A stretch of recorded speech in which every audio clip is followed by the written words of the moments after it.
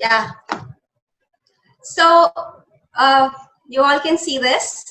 Bring to your mind the first time in your life when you held this mic in your hand. Did you have butterflies in your stomach, or your hands went numb, or your throat choked, or you almost fainted? So psychologists label the fear of public speaking an irrational fear. The things which we are so afraid of actually never happen. We never faint. You can all overcome this fear and bring out your brilliant. Shweta Khandelwal, a trainer, facilitator, educator of English and communication skills with an experience of over 18 years, has been running Speechcraft, a soft skill training institute, successfully for past 5 years in Indore, training more than 4,000 students and professionals on public speaking, etiquettes, and other soft skills. An avid reader, like all of you here. She's a postgraduate in English literature, MBA, trained in Montessori training from London Montessori Center, and certified trainer from Dale Carnegie. She has been a professor and trainer in various colleges and schools in Indore, like Prestige Institution, Daly College, Emerald Heights, and many more. So we welcome you, Shweta, and may I ask you to begin our much awaited today's session. Thank you, Ritu, for that wonderful introduction. Good evening to all of you. Thank you for having me over at Agra Lit. I'm happy and excited to be addressing people from my hometown. Speech is power. It can be your power too. We are not born orators. It is a skill that needs to be honed and developed. What is public speaking? Public speaking is the ability to express, motivate, persuade, and entertain people. Not necessarily that we have to stand in front of a large audience on a podium to speak. You can even speak impactfully and efficiently, even with your own family, friends, colleagues, at your place, in your social circles. So public speaking really entails how you are able to advise.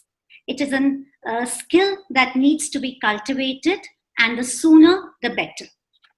If you allow me to share the screen, I would like to give you a small presentation.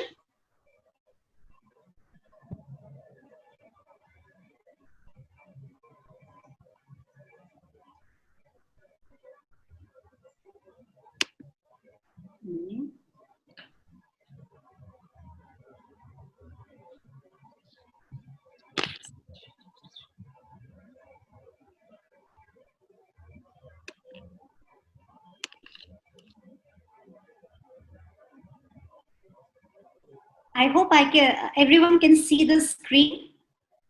Yes? Yes, ma'am, I can see it. So I think everybody can.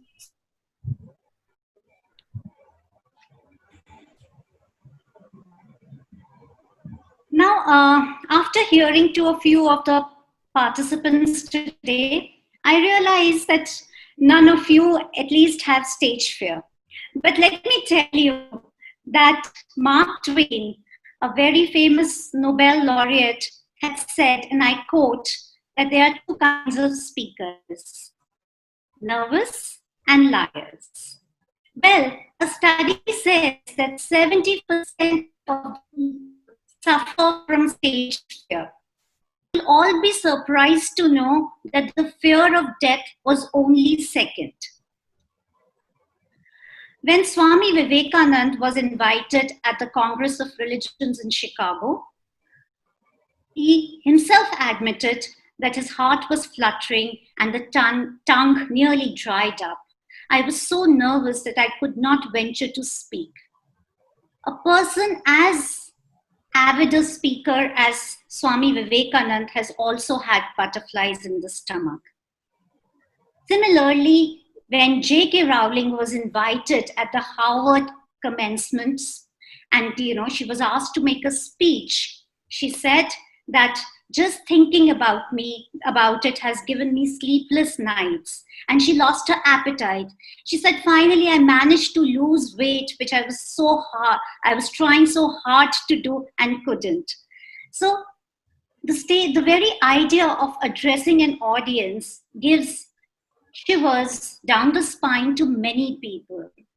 Even great orators like Abraham Lincoln, Mahatma Gandhi, Warren Buffett, the famous singers like Beyonce, Lady Gaga, they've all admitted on the camera that they have suffered stage fear. But that does not mean that that's the end of it. They had stage fear, but they all managed to conquer it. So, what are the symptoms of stage fear?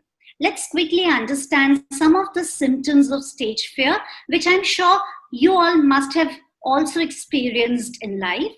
So, they are trembling knees, dry mouth, sweating hands, cracking voice, stomach fluttering, rapid heartbeat, quivering of voice. So these are some of the commonly felt symptoms. Now, with a raise of hands, how many of you can actually say that at some point of time you've had this kind of an experience? So you can quickly raise your hands, or probably, show your hands. Okay, so that's quite a few who admit that they have experienced these feelings. Now, why do you think that we have stage fear? So, some of the reasons for having stage fear is that it is natural to be nervous when you're learning a new skill. So, even if you are swimming, or when you learn swimming, or you were driving for the first time, these were skills that, the first time when you started, you were nervous. I still remember the first time I entered the swimming pool. I would not really leave the sidebar. I was so petrified. Similarly, when you draw the attention, when you are at the spotlight and all the eyes are staring at you, also for failure. We all are afraid of failing, of falling down, of faltering. And so we fear that what if things go wrong? What if I forget? What if people laugh at me? So this is also a very normal feeling. Then there is the subconscious fear of mob. It is always difficult to speak before an audience that you are not familiar with. So the fear of mob also curbs you from speaking. And finally, you're conscious of hearing your own voice, particularly on a microphone. So these are some reasons of stage fear which we are able to kind of identify. I think the performance is also low because a person does not really get enough adrenaline zone and perform. So there is no energy or no strive to do well. But if there is a little stress, if there's a little anxiety, that means you want to perform well and you put in that extra edge that is required for a high performance. Similarly, when the stress is too much, when the stress or the anxiety is so overwhelming that it completely unnerves you, that is again when the performance dips. So a little bit of stress is required. And a best example I can think of it here is also in the student life. Now that we have all passed a student life, but with our children, when they're a little nervous about the exam, that's when they put in that extra hour to study. If they're too chilled about it, that's the time when they don't care about their performance. So moderation of pressure is something which will help in giving good performance. Now, how do we conquer glossophobia? So for those of you who feel that, this is something that's restricting them, then let me give you a few tips here. One, of course, as Neelam ma'am had just mentioned, that preparation is so important. So preparation is definitely important, because if you are unprepared, then you are on shaky grounds and chances are that you will falter. There's another very interesting tip that I would like to share, which has come from my own experience, and that is concentrate on what you say and not how you feel. So if you can shift your attention to what is the content of your speech, then your attention will be more in conveying your ideas, your thoughts, and not how you are feeling. Because if you focus your attention on your feelings, then chances are that you will get into that spiral downward movement of stress, which will affect your performance. So always focus on the content while you are speaking. Another tip that I suggest is visualize success. Don't think negatively. So many a times I know people who go with this feeling, oh, what if I forget my lines? What if I, what if people laugh at me? What if my mind goes blur? Well, these are negative thoughts. Rather give yourself a pep talk and you will see that your performance definitely soars. Then appear more confident than you feel. Many a times, even if there is a lot of stress and anxiety within, let it not reflect on in your demeanor. Let it not show in your face. So, your body language should not reveal your nervousness. And there are very clear movements of body language which show that you are nervous. So very important to avoid that reflecting in your body language. I would like to tell everyone that the audience is your ally. The audience is not your enemy. So when you are out there on the stage, remember that the audience is there. They've invested their time and money to be there so that they can get something out of it. They are there because they want to listen to you and get a value addition. So they're always your friends. And if you go with that mindset, you will never be under immense pressure. And finally, if somehow you are not able to give your best performance that day, so what? There's always a next time. So it's okay if it does not work this time. That's not the end of it. We know that unless we don't fail, we don't succeed. So a few mistakes or a few failures here and there is all fine. I think we've all had our share of falls, and sometimes it's those falls that have made us stronger to emerge again. So these are some of the tips that I wanted to share with those of you who feel some kind of a stage fear, because I feel that we all have immense potential. I'm sure on this platform, there are so many people who are avid readers, who are buzzing with ideas and information and thoughts that they want to share. But sometimes there's something that's holding them back. And that's just because they've not had enough experience to speak on stage. And that is why every time they go there, they are, reluctant or hesitant. So it's just a matter of practice. There is a very interesting study that I would like to share with you all here. And this is given by Dr. Mehrabian, who was a professor at the UCLA, and he was a communication expert.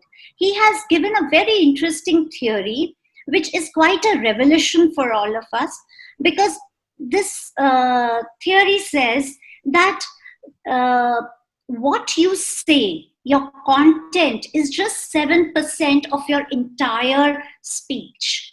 So your speech is not all about your content, but it is more about how you look and how you sound. So what you say is not as important as how you say it, right? So here it says that 55% of the impact that is made on the audience is by the body language. When we say body language, I mean the postures, the eye contact, the facial expressions. These are very important because that is how you convey a lot. So, just don't think that your words convey. It's also your gesticulations that are conveying. It's also the way you stand, the way you interact with your audience, that conveys. Similarly, 38% of your speech is your tone, your voice, how you sound. So the inflection of the voice, the articulation of the words, the diction, the stress, the pause, this is the 38% of the impact that is there on the audience. I'm sure you can all recall that we've all had some professors at college, some very learned people who used to bore us, who would, we would doze off when they would speak. So even though they had solid content, they had so much of information, yet their speech was lackluster. That's because they only focused on the content but not on the delivery. While there's some speakers who are so polished, who have so much of engagement with the audience that even if their content is mediocre, yet they are very impactful, they're very powerful. Right? Some of the motivational speakers of today are very much like that. What they speak is very common knowledge. All of us know about it, but it's how they speak that makes all the difference. Okay, so this is a small insight that I wanted to share with you all, that how the impact is not in the content, but in the delivery of the speech. Now, when you start to speak, it's very important to determine what is the purpose of your speech. Why are you making that speech? Why are you making that talk?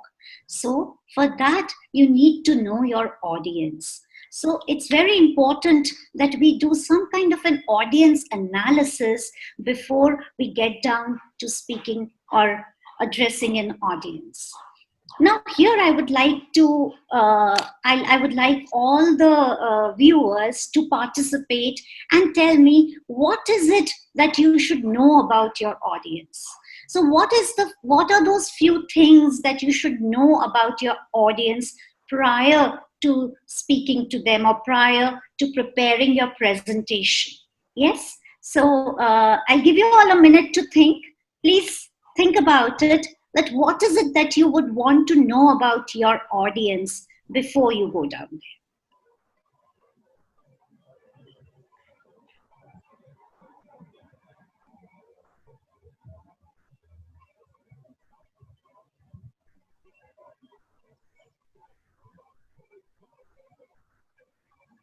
If you're ready, you can raise your hand, and I'm sure Mr. Mohit Mahajan can unmute the participants so that they can speak out.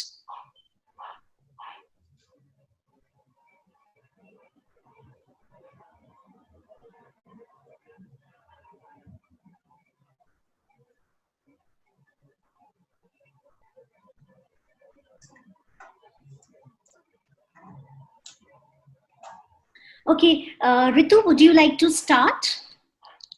Okay. So firstly, the language, I think that's very important. Can you all hear me? Yes, at least I can. So, it's very important to know what language they'll be comfortable. Also, if we know a little bit about the background of the people, as in, we should not hurt their emotions. We should not talk about something which would hurt them. And then, can I add to that? Yeah, Shraddha. Yes, go ahead. I think basically it's when you want to know about your audience, first is their age factor, which is very important, because it can be a mixed audience, or you can be targeting to a particular age. Also, gender-wise, there are some. If you know whether you have a female audience or a mixed audience, also probably their culture, their which Ritu just said, their language, even their culture, it's a mixed bag. Yeah, that's There's, right, Shweta. Thank you. we have that Falkia. Okay. Yeah, Mohit. Falkia, please. Shweta ma'am, Falkia is there. She raised her hand. Yeah, Falkia, go ahead, please. The most important thing is, as everybody said, we need to see what audience we are, now we are focusing at, and we should be very conscious about what we are talking. If we are not hurting anybody, those things we need to take care of. Yes. Anybody else wants to add anything to it? Samir Bhaiya is there. He's also raised his hand. We have two chats from Aparna ma'am and I don't know, Radhika Vaishnavi Rawat's mother. So Aparna ma'am says that more we understand the mindset of the audience, more we speak accordingly. And Samir Bhaiya, you are there. Neela ma'am, I'm unmuting you. So I think we need to know the age of the audience, and we need to address our words according to the age. Because if you're addressing children, we can't talk in a manner where it'll go overhead of the children. And if we're talking to adults, we can't treat them like children.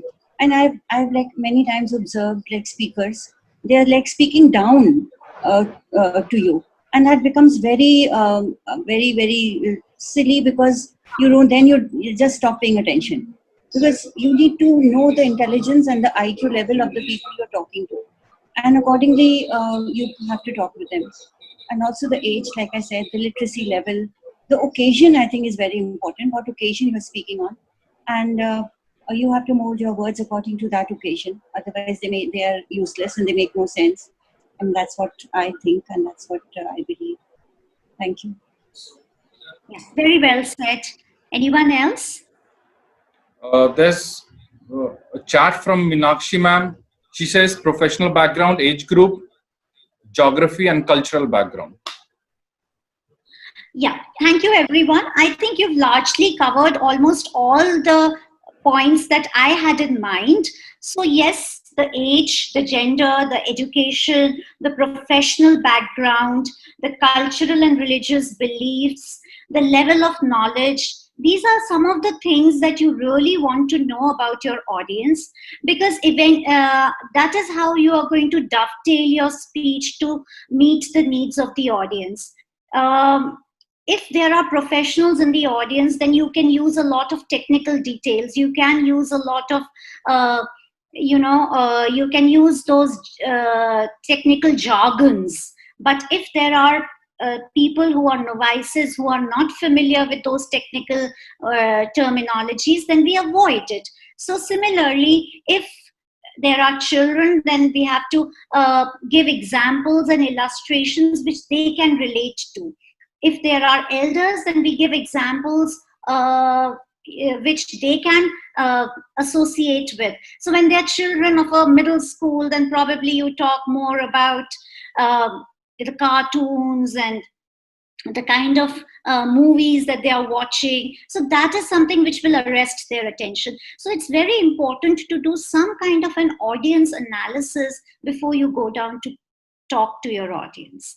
So after this, I would like to draw your attention to a very important point, something which Neelam ma'am was also, suggesting, and that is that how do you really decide a subject?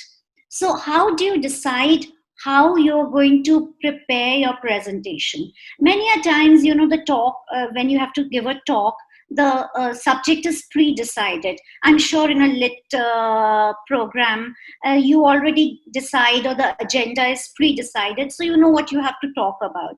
But many a times, there are occasions when you're just asked to speak. And sometimes it's also impromptu, where you don't really get a chance to prepare your presentation.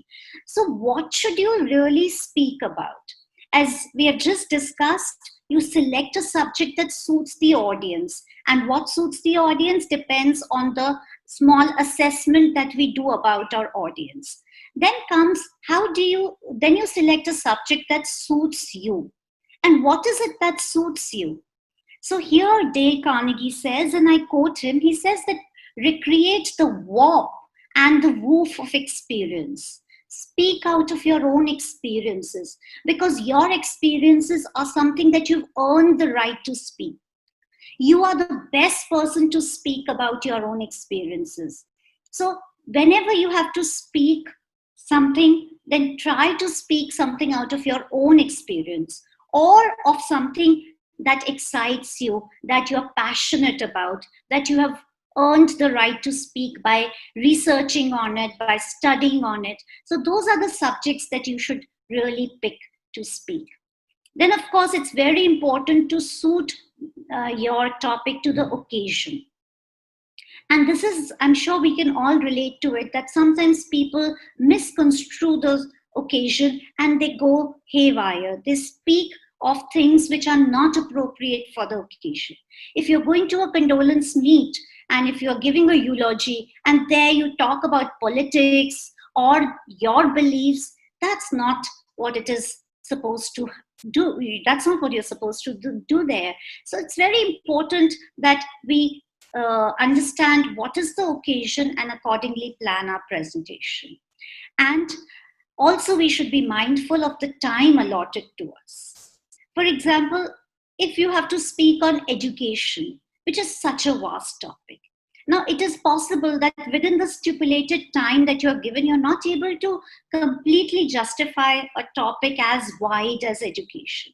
So in that case, you probably take just a small section of that topic, rather than taking the whole topic and not being able to really justify it, or very thinly express it. So it's better to take just one section of a topic, and at the very onset prepare your audience that you're just going to be handling one aspect, so that they can also set their expectations of what you're going to be talking about.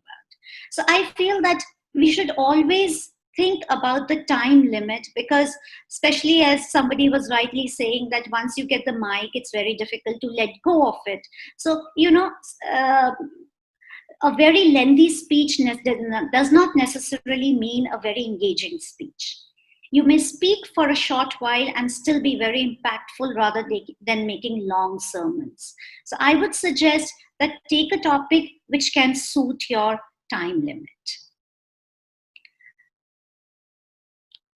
Now I would like to draw your attention a little to the composition of your talk, because I'm sure that all of you are very learned people, and you all are professionals who are doing exceedingly well in your chosen fields. So how do you, we know that everyone has got immense or have got plethora of ideas, but how do you organize those ideas in a structured manner? And that is what the problem is, that sometimes when our organization is not proper, there is no cohesion, there is no unity of thought in our ideas. And that's why when somebody tries to recollect, oh, what did she say in her speech? Well, she said a lot of interesting things, but I can't really put everything together, because it was not really in a structure. So it's very important to give a structure to your ideas. And that is where we compare a presentation or a talk to a human figure, a well-proportionate human figure. Just like a human figure has got three parts: the face, the torso and the lower body or the legs. Similarly, a speech also has to have three integral parts, which is the introduction, the body, and the conclusion.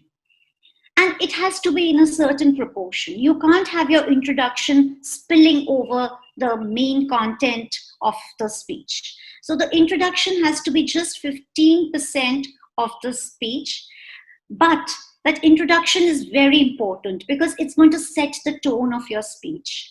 It's those 20-30 seconds will be the deciding factor. The audience will take those 30 seconds to decide whether they want to listen to your entire speech or move on to their mobile phones. Okay, so how engaging are you will be decided in those 20-30 seconds of your introduction. So that is why the introduction has to be really eye-catching, has to be very, very impressive. Then we come to the body of the speech, which is the major chunk. That's where all the information and the content lies.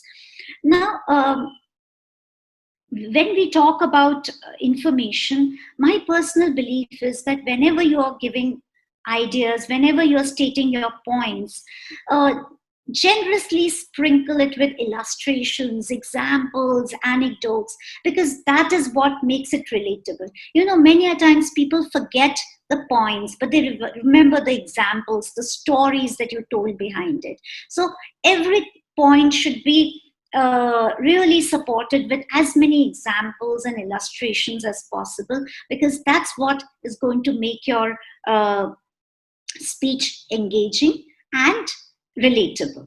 And finally, closure. So your closing also has to be as dynamic as your opening, because those are your parting words. And the last few lines or the last few points that you make in your closing will stay with them for long. So closing should necessarily be the wrapping up of the entire talk, and that should not be more than 10 minutes, 10% of the entire speech.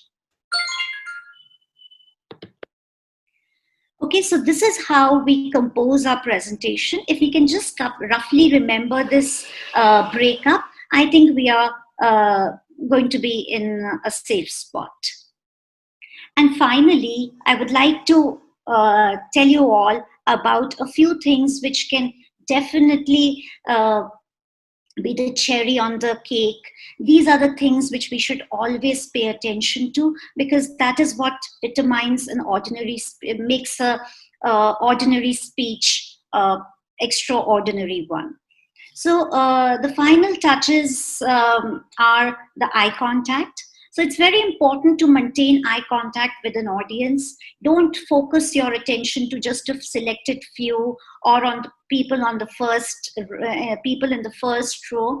You have to make sure that you look at all sections of the audience. And I've been some people tell me that, you know, we are so nervous that we don't look at people. So we look at an empty space, or we concentrate on a point in the audience and we keep gazing at it. Well, I feel that that's not the right approach, because unless you don't make eye contact with people, you are not able to connect with people. And public speaking is all about connecting with your audience, you know, and that is why the best of the speakers are not the people who make long, lengthy lectures or sermons, but are those people who have conversations, who have animated conversations with their audience. So if you can have a conversational tone in your speech, then the chances are that the audience will like you more than the fact that you have a lecture or a monologue going on. Of course, body language is important. As I said, your posture, gestures, facial expressions, these are very important in the entire package of your speech. And so is voice modulation, the inflection in your voice. And that is why people who speak in a monotone are generally, they become boring after a while. But people who speak with a lot of energy and enthusiasm are the ones who can keep their audience energized, because you see, energy is something which is flowing. So if you have, showing a lot of energy in your presentation, that energy, that enthusiasm will also flow to your listeners. So it's very important to have that energy and enthusiasm while you're speaking. Similarly, your pitch, pause, pace, these are very important. Now, what should be the right pace? So anything between 125 to 175 words per minute is a good pace.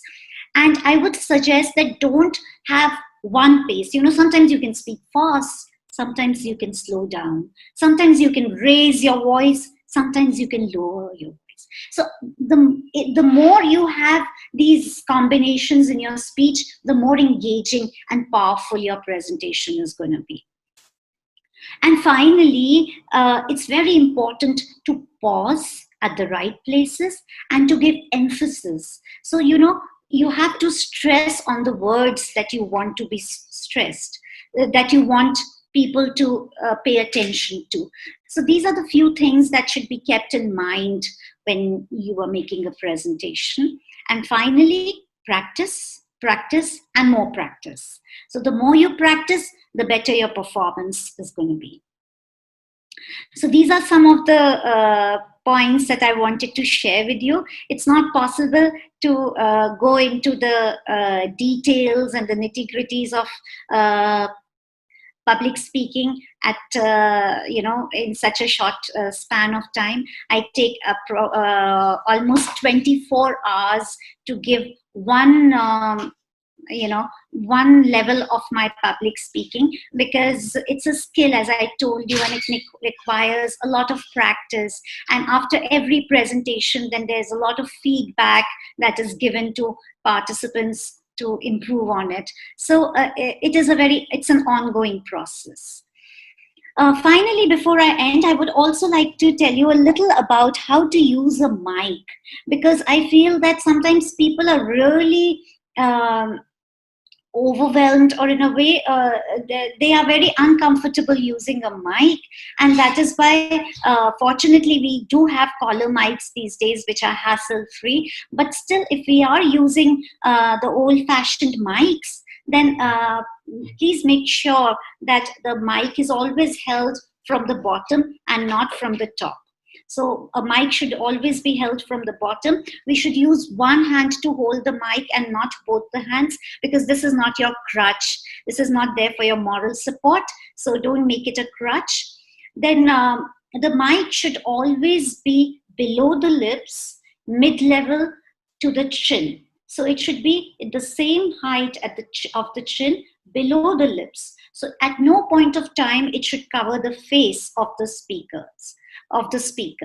Okay, and sometimes people feel that they have to literally shout on the mic, but no, the mic is actually there so that it can reach out to people. So you don't have to change your voice, you don't have to shout, you just have to speak as naturally as you can, and it's very simple. So the use of the mic should be proper.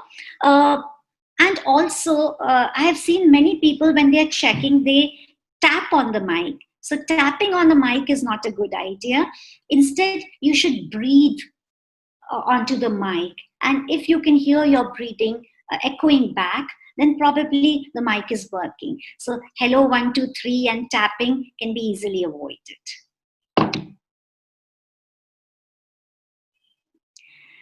I would quickly like to give you a small summary of the courses that I'm offering here at Speechcraft. So as I told you that I do a 12 session public speaking workshop. I have special programs for students, school students, as well as entrepreneurs and executives.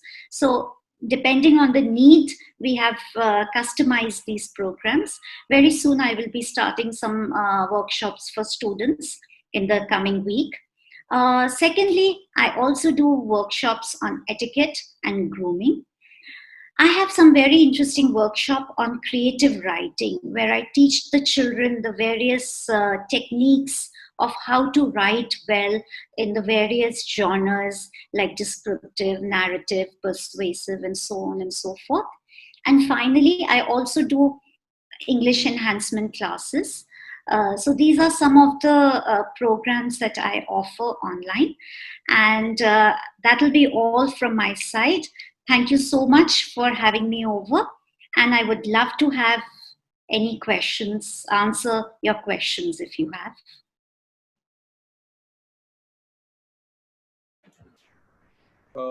Shweta ma'am, can you remove the slide? Yes. Great. So, any questions, anybody? Any thoughts, any comments?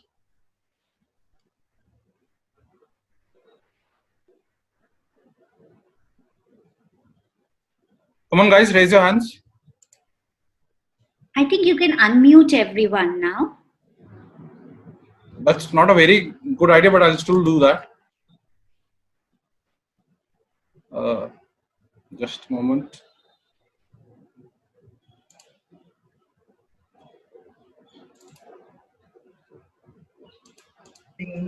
Everyone's unmuted, so please be careful of what goes in the background.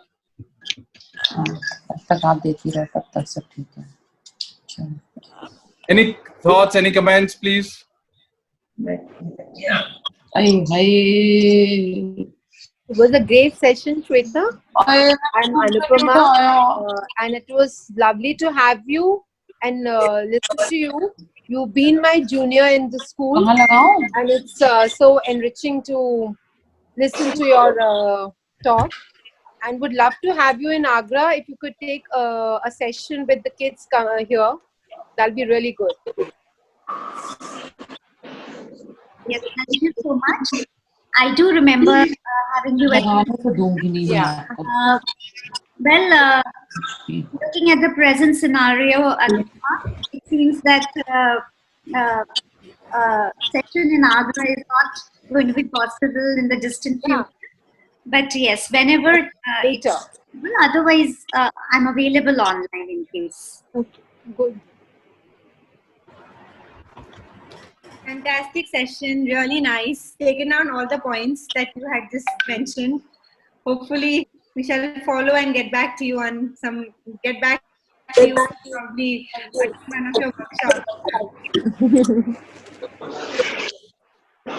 We have two. Myra is there. Myra, you want to say something? So, what did you learn? Myra, what did you learn? I learned how to give a proper speech and how to act in the audience. How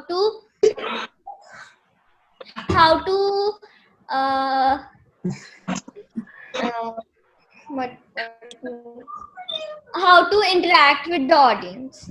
Wonderful. Very good. Wow.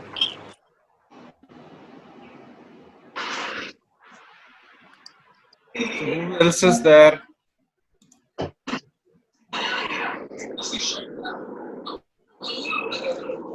Neela ma'am, something you'd like to say?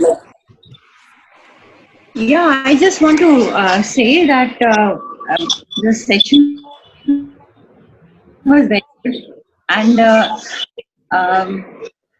Peter, the best thing I think was that when you said that we need to practice so much. I mean, it just requires practice. Actually, today I'm on the iPad. I'm not able to. I'm joining Zoom on the iPad for the first time because my husband is working on the laptop. So I don't know how to operate this on the iPad. So I'm getting stuck all the time. So what I was saying was that yeah, we need to practice a lot. And I also wanted to share that people will not believe it, but the first time I went on stage, I was so frightened, and that it was a debate, and I was the first speaker. I was so frightened, I could barely say good morning to everyone, and then I was just standing there for half a minute, and I came down after that. I didn't say one single word, and just half an hour before, I had said the whole speech in front of my teacher from the beginning to the end. So, and what I want to say is that it happens all the time for everyone. I want to say this. It happens all the time that you get stuck you're nervous, you have that stage fright, what you were talking in the beginning. I didn't know how to raise my hand at that time. I had not worked it out on the iPad how to raise my hand. Because I always remember that incident whenever anyone tells me, "Ki, ma'am, you speak so well." I remember that time when I when I could barely open my mouth on the stage.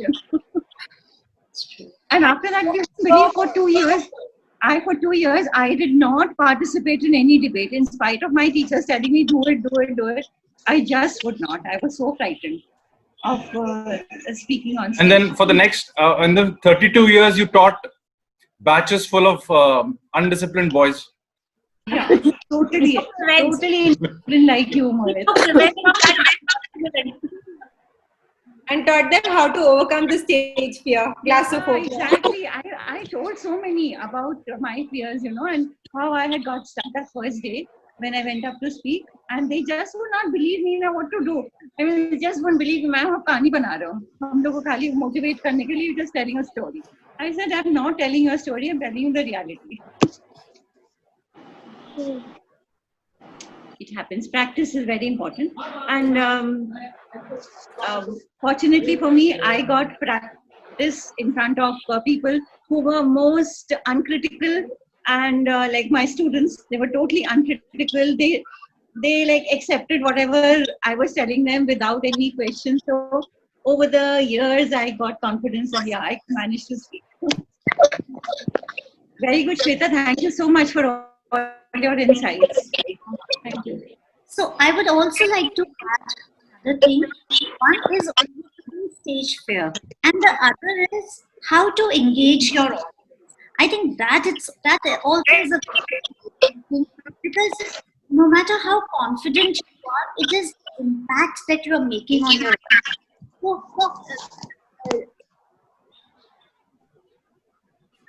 big challenge to be engaging enough so that you can arrest the attention of the audience, which is very fleeting because attention span is very less these days.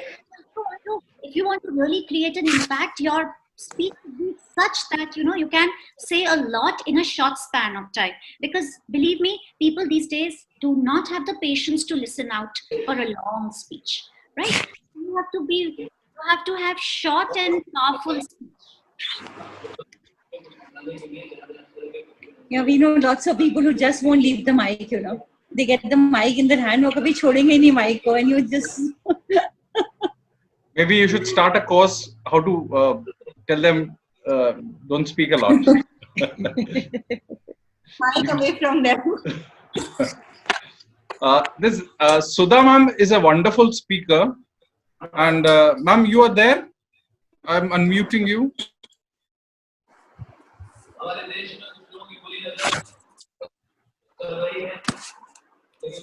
Sudha ma'am Sudha ma'am is incomparable when it comes to speaking. He speaks so well. I'm not able to unmute her. I think she's logged And out. her research is also amazing. Yeah, she works also, and then she speaks so well. That's maybe part of what we just learned, that you have to prepare, and you should have a body. You can never stop preparing. I've seen ma'am, whenever she delivers, whenever she's participating, she is like, she goes, she's totally thorough with her work. Totally. She takes no chances.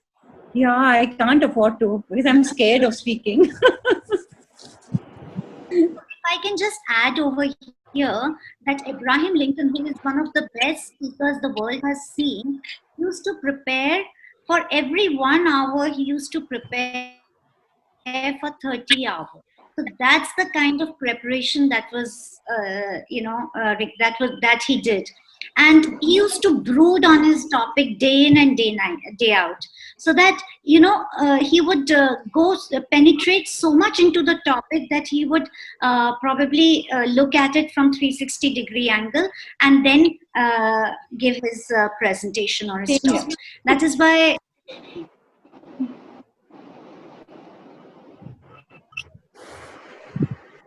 So do we have anyone else with any questions here? I'd like to mention this. Not a lot of us know. Saurabh was a little stage afraid of the stage, but he participated in the play that we did, and he did wonderfully well. And I think Shweta Bansal, she gets the credit of turning him into a excellent actor, at least a butler. You are a butler, right, Saurabh?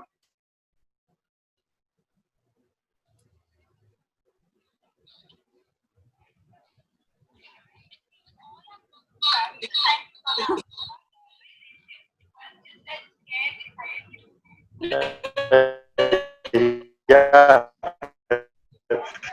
Shweta is a tough master. How can I forget that? We All all had have to fun with come that. out. It was always in him. It was just that scare which he overcome. I think did wonderful. This is what Shweta Khandelwal said is true. How Ali?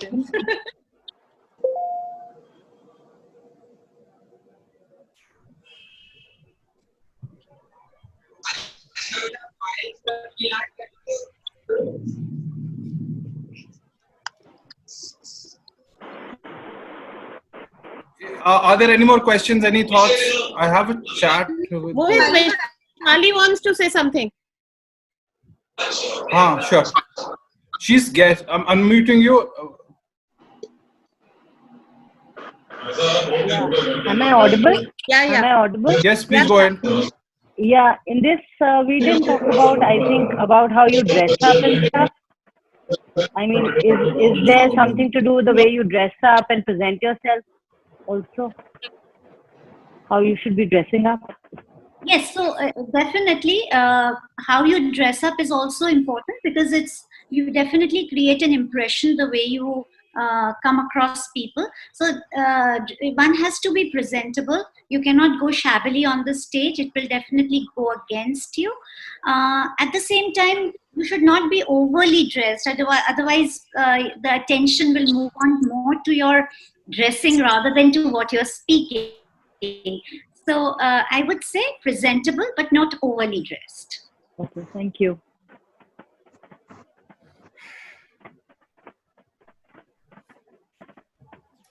Anybody else? Shweta. Yes, Do you Shweta. also think being over friendly or over smiling on the mic can also be can it also put down the, I mean, sometimes being over friendly doesn't look very nice. Do you think even that is a case, or that's all right if you have like a smiling face all the time? So Shweta, two things. I think you can never go wrong with a smile. So it's always good to have a smiling disposition. And even if you make mistakes while smiling, people really forgive you. So smiling is okay, but it should not really overpower your speech. So it should not really affect what you're speaking. So your intent of speaking, your conviction in speaking, it should never be jeopardized in all this. So whatever your intent is, that should come out very strongly in your speech. I strongly rate conviction. Belief in what you're speaking is very important when you're speaking, because that is what really helps your audience to convince or persuaded by what you're trying to say. Over friendly, I would say, again, if it is artificial, if it is something which is made up, it is pretentious, then very soon it will be understood by the audience, right? Because anything that is pretentious cannot stay like that for long. So it's very important to be honest. Honesty and integrity is really perceived by the audience.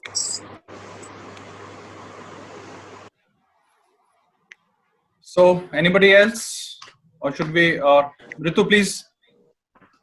Yeah. I would. Yes, Samir Bhaiya. I would like to ask a question.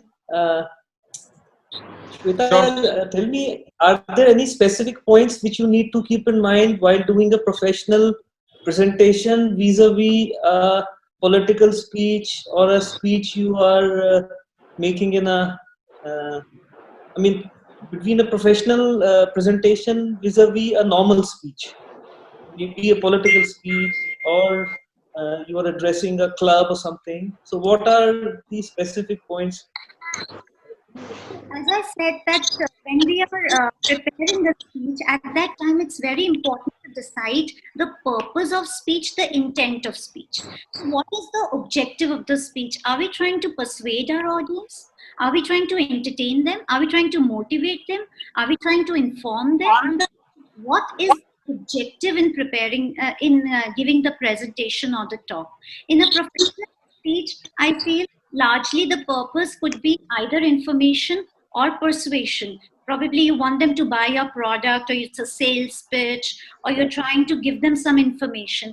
In that case, your speech has to have lots of facts, lots of technical information. And if it is a persuasive speech, then you should have enough persuasive techniques, which of course I teach in my in the course of my program, how you can use such language, what are the other stylistic features which help you to make your speech persuasive. But yes, you should have lot of facts, statistics, hard data to prove your point. If it is a speech that you're on a social platform, I feel that is largely for entertainment or also to convey a message. Then it could be light-hearted. It can have some humor in it. In a professional setting, I don't know how much humor can we have. It depends. One can use humor, but it has to be used a little carefully. But in a social setting, we can make it, a little more lively, interactive. Interactive can be both kinds of speeches. Have I answered your question? Thank you so much. Yeah, interesting that you asked, Sameer Bhaiya. In case you are going to stand for the next election, you have my vote. You asked a political. I do not have any political ambitions, and two, I know your political allegiance, so I am very that's why sure I that said. you will not vote with me. No, because you just asked political speech, so I was just wondering. Quite. No, I have no political ambitions. Anyway. Mohit, you will never vote for him. That is for sure. No, I'll vote for the candidate. I don't vote for the. If he stands for MLA, I'll probably vote for him. Don't politicalize. Don't get politics here. Sure. Anyone else? Yeah. Anyone else with any more questions?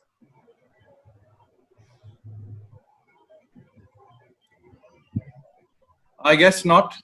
Yeah, okay.